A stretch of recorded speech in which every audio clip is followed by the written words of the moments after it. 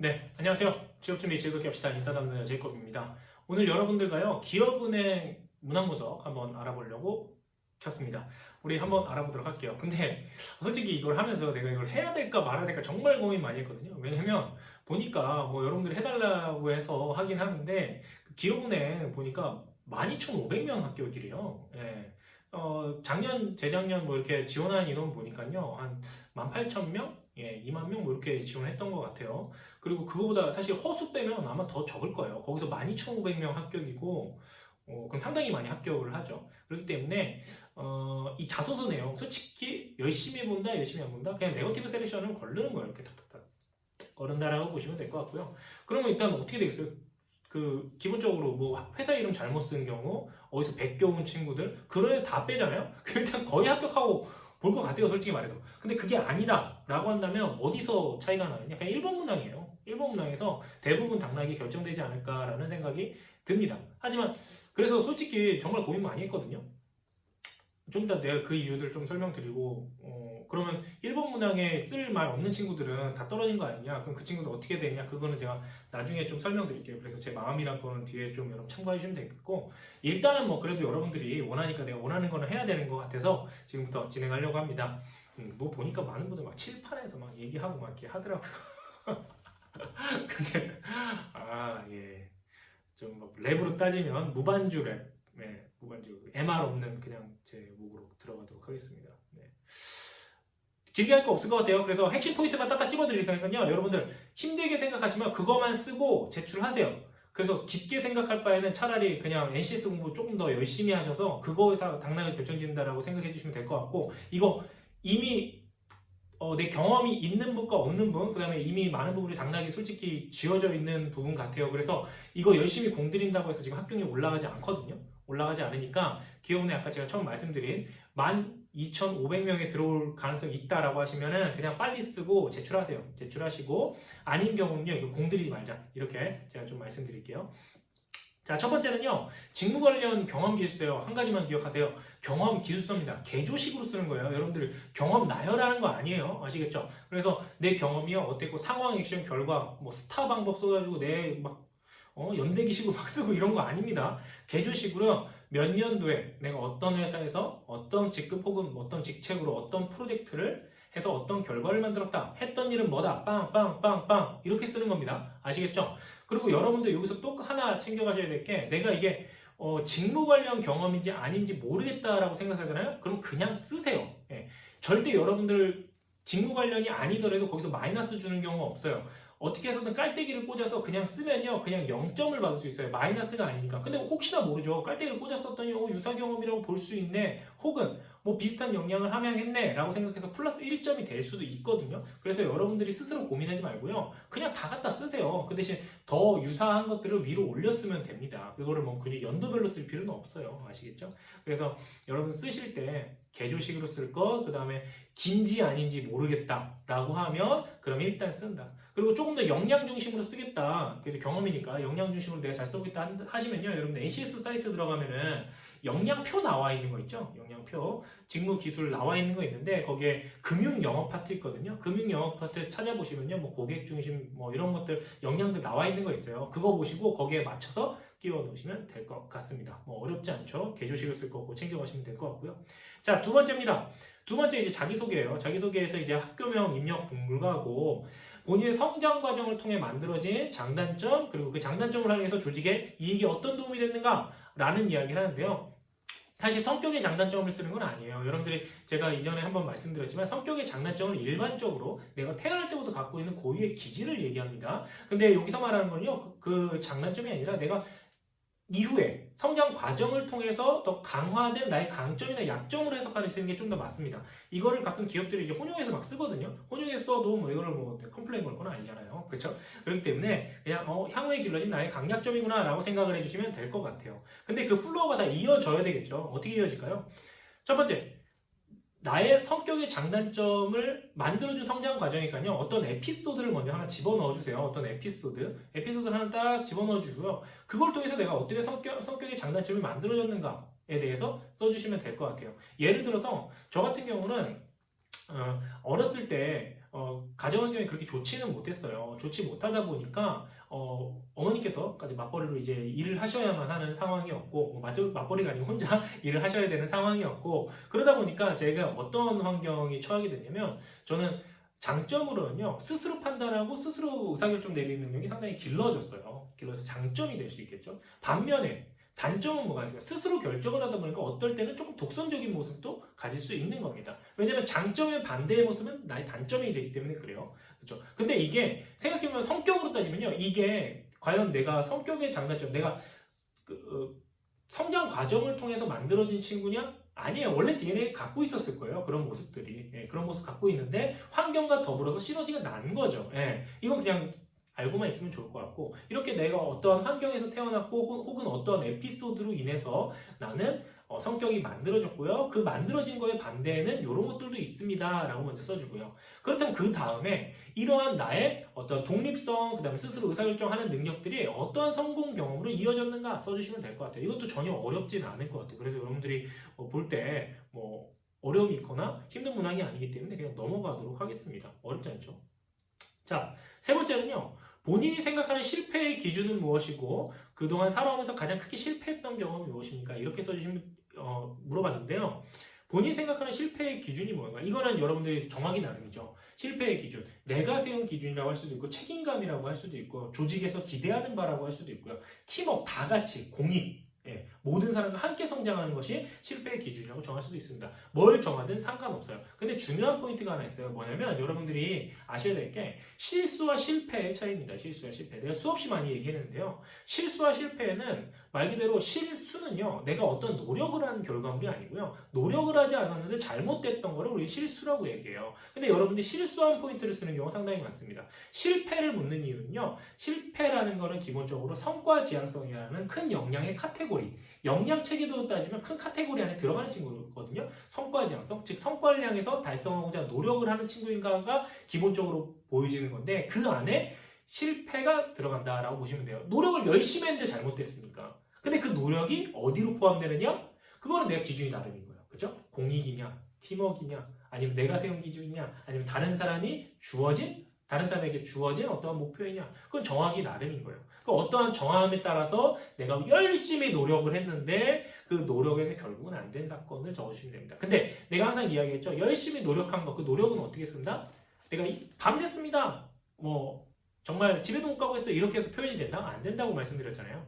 그 노력을 표현할 때 항상 장애물을 건너뛰었다, 장애물을 이겨냈다, 극복해냈다, 어려운 상황을 극복한 내용이 반드시 들어가 주셔야 된다라고 말씀드렸죠. 이거는 어떤 특별한 스킬이 아니고요. 글 쓰는 그냥 기본 방법이에요. 내가 표현할 수 있는 방법이 제한된 그 문장 수로 구성할 수밖에 없기 때문에 어쩔 수 없이 장애물을 극복한 내용을 쓸 수밖에 없다. 표현할 수 있는 길이 없기 때문에 그렇습니다. 그렇게 해서 실패가 됐어요. 그럼 실패하고 끝나면 될까요? 아니에요. 실패해서 끝나서 의미가 있으려면요. 그 실패를 통해서 깨달은 점이 반드시 있어야 됩니다. 실패의 원인을 찾거나 혹은 실패를 통해서 내가 무엇을 배웠는가를 반드시 적어주시면 좋을 것 같습니다. 그래서 여러분들이 꼭 짚어가셔야 될 것은요.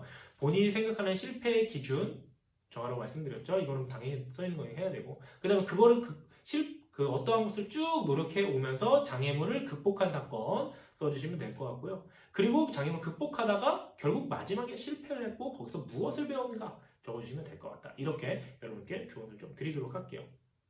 자, 그 다음에는요. 지원동기예요. 지원동기는 제 지원동기 영상을 보셔도 되고요. 그거 그냥 갖다 써도 될 것 같아요.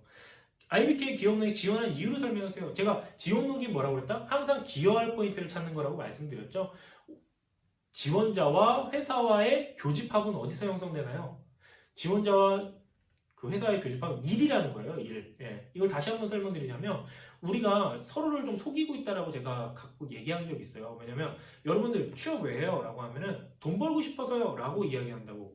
근데 그게 맞는 말이냐? 아니에요. 사실 우리는 돈 벌고 싶어서 회사에 취업하는 게 아니에요. 일하고 싶어서죠. 왜냐면 일을 했을 때 돈을 주기 때문에 그래요. 만약에 일을 열심히 했는데 돈을 안 줘. 근데 차를 여러 개를 줘.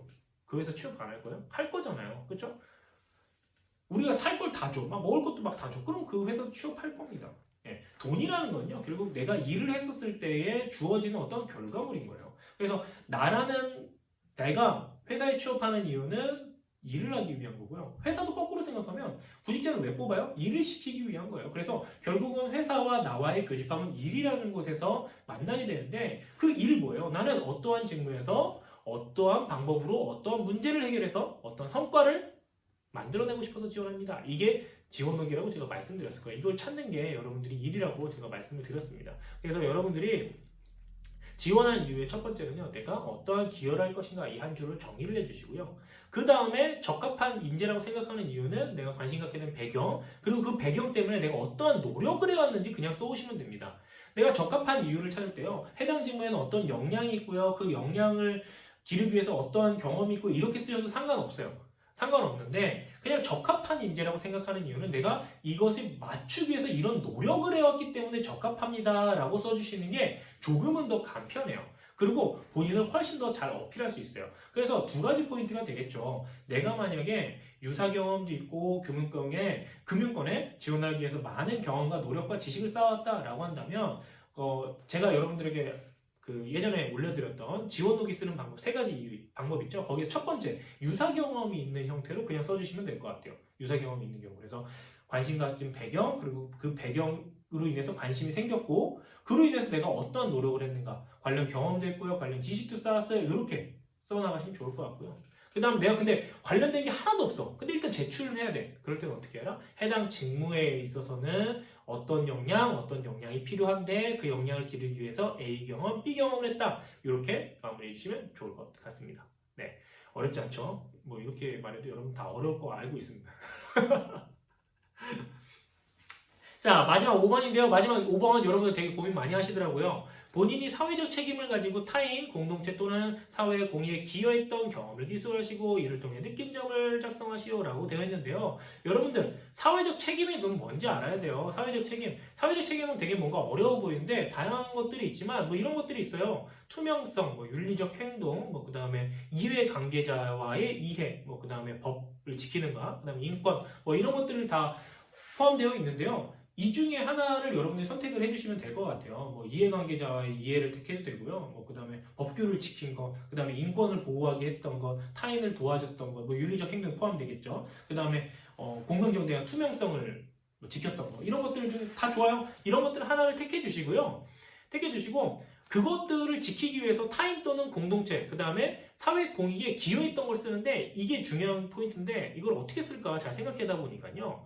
타인 또는 공동체, 사회 공익에 기여했던 거를 그냥 어렵게 생각하시지 마시고요. 내가 어떤 조직 내에서 방금 말씀드렸던 그 가치 있죠. 그 가치를 지키기 위해서 내가 했던 행동을 써주시면 될 것 같아요.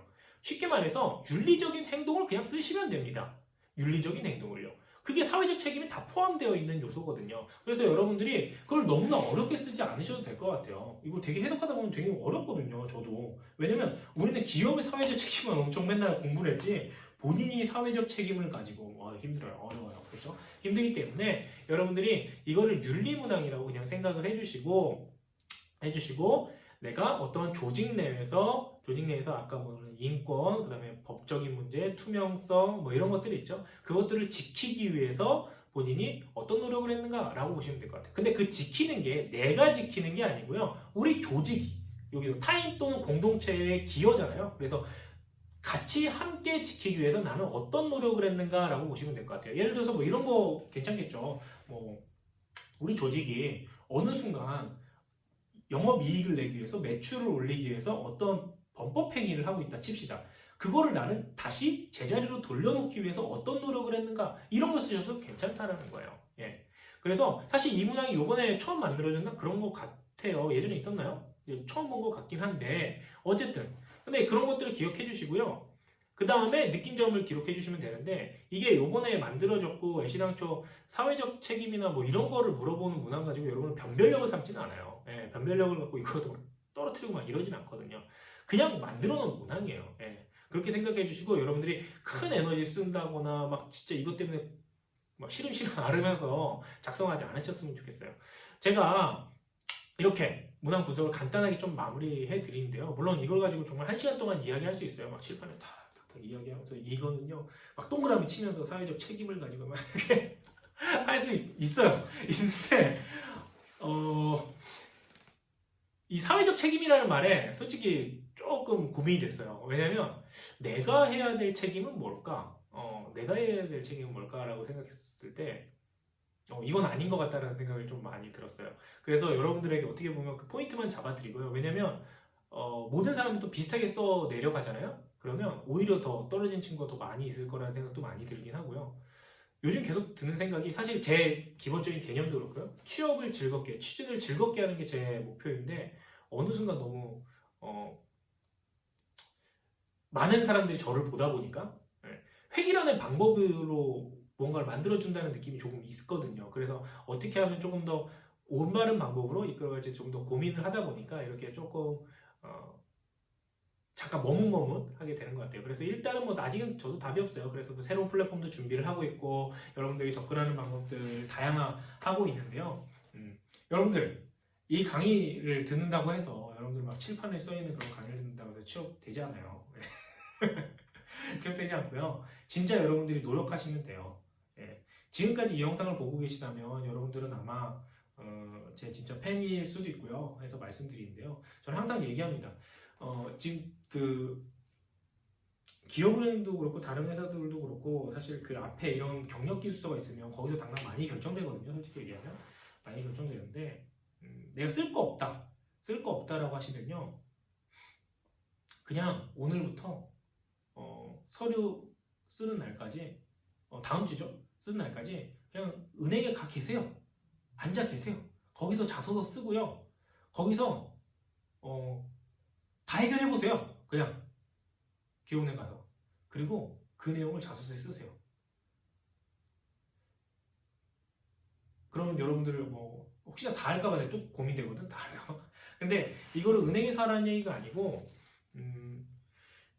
회사는요 결국 여러분들의 노력을 봐요. 예, 또 꼰대 같은 이야기라서 여러분 어떻게 생각할지 모르겠는데 그리고 차별화는 또 거기서도 나옵니다. 그러면 여러분들이 조금 다를 거예요. 제가 뭐 이런 얘기 하거든요. 진짜 100% 취업할 수 있는 방법이 무엇이냐라고 얘기한다면 저는 이렇게 많이 얘기해요. 영업 같은 경우는 남대문 가서 무엇을 사서 그걸 지하철 가서 팔으세요라고 얘기를 해요. 예. 물론 코로나 때문에 지금 그걸 하라는 얘기가 아닙니다. 그리고 불법이기 때문에 그걸 하라는 얘기는 아닌데 그 얘기를 많이 하는 이유는 그렇게 할 노력과 깡다구와 열정이 있는 사람은 안 뽑힐 리가 없다는 겁니다. 어떤 친구가 얘기하죠. 거기에 뭐 상인들이 다 자기 구역이 있어서 쫓겨난다, 맞는다. 그럼 맞아보세요. 그러면 유튜브 각이에요. 취업 더 잘 돼요. 네. 제가 진짜 농담으로 하는 얘기가 아니고요. 여러분들이 조금 차별화를 두고 싶다면, 그리고 혹은 내가 스스로의 힘으로 어떤 노력을 조금 해보고 싶다면 조금 다르게 생각을 해서 그런 노력을 해보시면 좀 더 좋을 것 같아요. 네.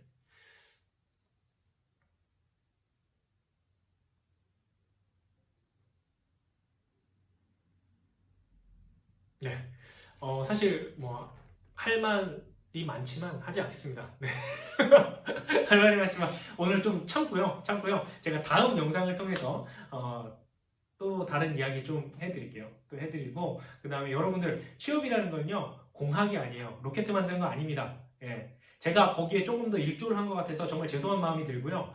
제가 근데 이 취업 문화 다시 한번 다 깨부시고 여러분들 올바르게 취업할 수 있는 길로 안내할 수 있는 제이콥이 되도록 하겠습니다. 그럼 이만 불러가도록 할게요. 마무리가 조금 이상해 미안해요. 예. 그래서 이 포인트를 잘 챙겨서 여러분들 자소서 작성했으면 좋겠습니다. 이만 불러갈게요. 안녕.